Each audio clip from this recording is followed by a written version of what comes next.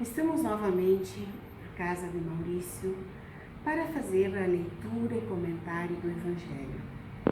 Para isso, nós pedimos a proteção da casa, dos protetores desta casa, pedimos a proteção de Deus, de Jesus, e para isso, para sintonizar com todos eles, nós fazemos uma prece, dizendo: Pai nosso que estais no céu, santificado seja o vosso nome. Venha a nós o vosso reino. Seja feita a vossa vontade, assim na terra como no céu. O pão nosso de cada dia, dai-nos hoje. Perdoa as nossas ofensas, como nós perdoamos a quem nos tem ofendido. Não nos deixes cair em tentações, mas livra-nos de todo mal. Que assim seja. Então, com esta prece, nós damos início ao trabalho, passando a nossa irmã Carmen, encarregada da leitura do Evangelho.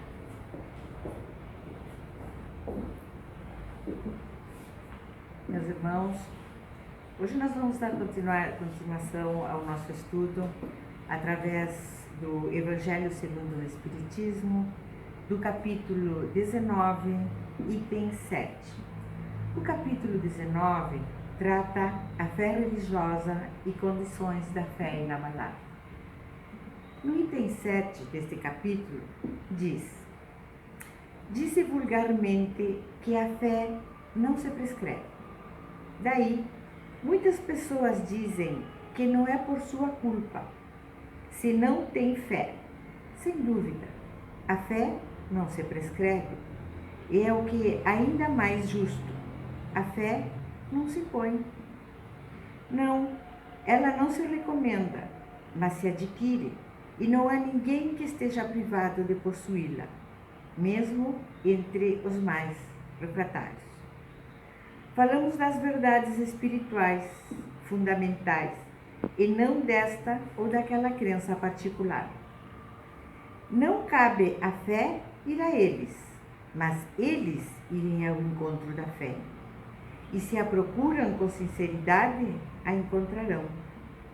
Tende, pois, por certo, que aqueles que dizem: não queríamos nada melhor do que crer, mas não podemos, o dizem dos lábios e não do coração, porque em dizendo isto, tapam os ouvidos. As provas, entretanto, se multiplicam ao seu redor, porque, pois, se recusam em vê-las.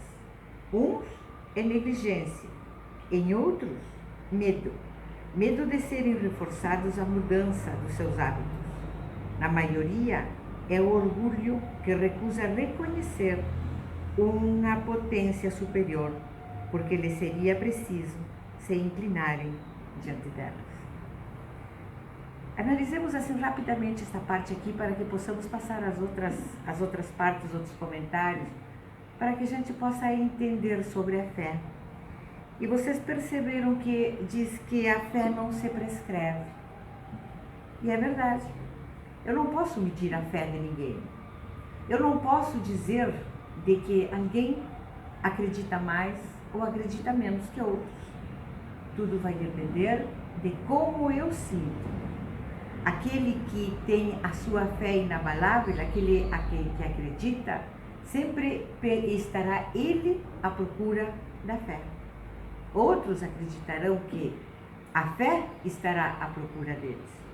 Mas vejamos o que continua dizendo aqui. Diz: em certas pessoas, a fé parece de alguma forma inata, uma centelha bastante para desenvolvê-la. Essa facilidade em assimilar essas verdades espíritas é um sinal evidente de progresso anterior. Em outras, ao contrário, elas não penetram senão com dificuldades, sinal não menos evidente de uma natureza atrasada. Os primeiros já creram e compreenderam, trazem ao renascer a instituição do que sabiam. Sua educação está feita. O segundo tem tudo a aprender. Sua educação está por fazer. Ela se fará, e se não ficar concluída nesta existência, ou estará em outra. A gente percebe nesses comentários aqui de que quantas vezes nós conhecemos aquelas pessoas que a simples presença delas já nos indica uma fé, um acreditar, uma centelha de luz que ilumina todos e aonde elas estiverem, por terem aquela fé inabalável, sem estudo, às vezes pessoas humildes, sem compreensão, mas trazem consigo aquela força interior de acreditar nesse ser superior que sempre nos levará aos melhores caminhos. Em consequência, como fala aqui, nós temos ao contrário aquelas outras pessoas que têm dificuldade. E essa dificuldade não é porque elas não queiram, é porque muitas vezes eles são chamados de refratários, quer dizer, aquelas pessoas que apesar de lutarem por terem uma fé, por acreditarem, por quererem tentar e acreditarem em uma fé, não conseguem.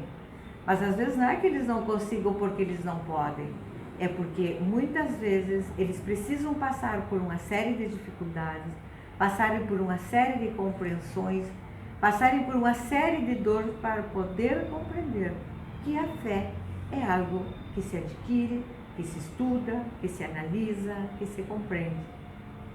Tem outras pessoas que já nascem com esse entendimento, como nos fala no primeiro exemplo.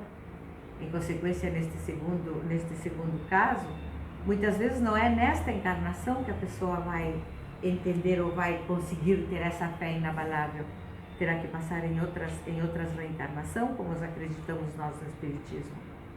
Mas ainda nós temos, continuamos no nosso estudo, outras pessoas que diz assim: a resistência do incrédulo é preciso nisso convir, prende-se frequentemente menos a ele do que a maneira pela qual se lhe apresentam as coisas. A fé é preciso uma base, e essa base é a inteligência perfeita, daquilo em que se deve crer. Para crer, não basta ver. É preciso, sobretudo, compreender. A fé cega não é mais deste século. Ora, é precisamente o dogma da fé cega que faz hoje o maior número de incrédulos, porque quer se impor e exige a abdicação de uma das mais preciosas prerrogativas do homem, o raciocínio e o livre-arbítrio. É essa fé contra a qual, sobretudo, se obstina o incrédulo, e da qual é verdadeiro dizer que não se prescreve. Não admitindo provas, ela deixa o espírito um vago de onde nasce a dúvida. A fé raciocinada, a que se apoia sobre os fatos, é lógica, não deixa atrás de si nenhuma obscuridade. Crê-se porque se está certo, e não se está certo senão quando se compreendeu. Eis porque ela não se dobra, porque não há fé inabalável, senão aquela que pode encarar a razão face a face em todas as épocas da humanidade. É esse o resultado que o Espiritismo conduz. É triunfo também da incredulidade, todas as vezes que não encontra oposição sistemática e interessada. Então vejamos esta parte aqui, muito importante quando nós falamos de fé. E muitas vezes nós dissemos que as pessoas são incrédulas, que a incredulidade faz com que as pessoas não acreditem em nada. E nós partimos de um princípio bem simples. A fé é algo que se traz, é algo que vem de dentro para fora. Mas também eu preciso entender a fé. Tem vezes, por exemplo, que eu preciso ver para entender. Aí nós estamos frente ao incrédulo de que ele simplesmente vai acreditar ou vai ter a sua fé se algum milagre, se alguma coisa vem acontecer, uma vez que o Cristo é o Todo-Poderoso. Então, se Ele é o Todo-Poderoso e eu sou aquela pessoa importante para Ele, todas as benéficas devem ser para mim. Então, aonde fica a minha compreensão? Aonde fica o meu raciocínio? Nesses casos, quando eu estou frente ao incrédulo, muitas vezes eu estou falando daquele orgulhoso, eu estou falando daquele indivíduo que tudo, quando está bem, é muito bom. Agora, quando as coisas não vão bem, a fé é má, o Cristo é ruim. Por quê? Porque ele tem, não é ele que gira ao redor do Cristo da fé, é a fé que deve girar a seu entorno. Então vejamos bem, no caso do incrédulo, ou da fé que nós precisamos ter, da nossa fé raciocinada, nós não podemos esquecer das expressões usadas aqui, o raciocínio e o livre-arbítrio. Através do raciocínio, eu vou compreender as coisas, eu vou entender o que no Evangelho, o que o Cristo quis nos deixar e que há muitos e muitos anos nós vemos estudando e nós vemos analisando. Graças a Allan Kardec, o codificador, nós podemos entender de que a fé nós temos que raciociná-la, nós temos que pensar, nós temos que entender por que os fatos acontecem. Por que eu vim em esta encarnação de tal maneira, com tal crença, de tal jeito? Por quê? Porque eu sou o fruto de uma caminhada de toda uma encarnação, já encarnações anteriores e outras que virão, e dependendo do meu trabalho nesta encarnação, e será o meu futuro, né, na frente. Agora vejamos o não raciocínio. Frente à circunstância do não raciocínio, eu não tenho essa possibilidade de compreender, de entender. Então, eu fico, através da minha pouca experiência em termos de conhecimento, baseado naquilo que eu vivo, naquilo que me dizem. Eu não vou à procura de, simplesmente eu fico esperando que as coisas venham a meu lado. Então, vejamos que este capítulo 19, que trata sobre a fé transporta a montanha, nós estamos falando daquela fé inabalável, não daquela fé que vai trazer a montanha, porque é uma coisa material impossível de trazer, mas sim daquela fé de que em épocas boas, colheitas más, sempre eu vou estar ali com um Cristo a meu lado. Então eu convido vocês, irmãos, para que continuem estudando o Evangelho, continuem nos acompanhando no capítulo 19, porque trata sobre assuntos que nós vivemos diariamente, da fé, o nosso cotidiano, o nosso crer em Deus. Que Deus esteja com vocês, o acompanhe e até o próximo dia que continuaremos nossos estudos. Muito obrigada. Agradecemos então a nossa irmã Carmen pela leitura e pela explicação do Evangelho. E neste momento em que nós estamos finalizando este encontro, vamos agradecer por tudo que nós temos conseguido, por nossa saúde, por nosso entendimento, pela nossa possibilidade de estar em contato com o Evangelho. Então, agradecendo a Deus, sintonizamos e seguiremos recebendo boas energias.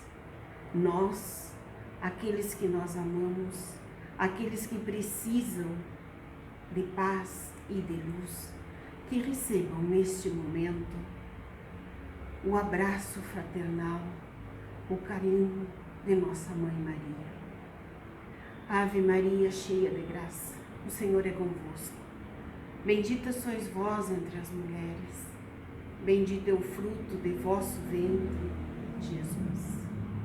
Santa Maria, Mãe de Jesus, rogai por nós, pecadores, agora e na hora do nosso desencarne. Que assim seja. E que a paz e a luz permaneça com todos nós.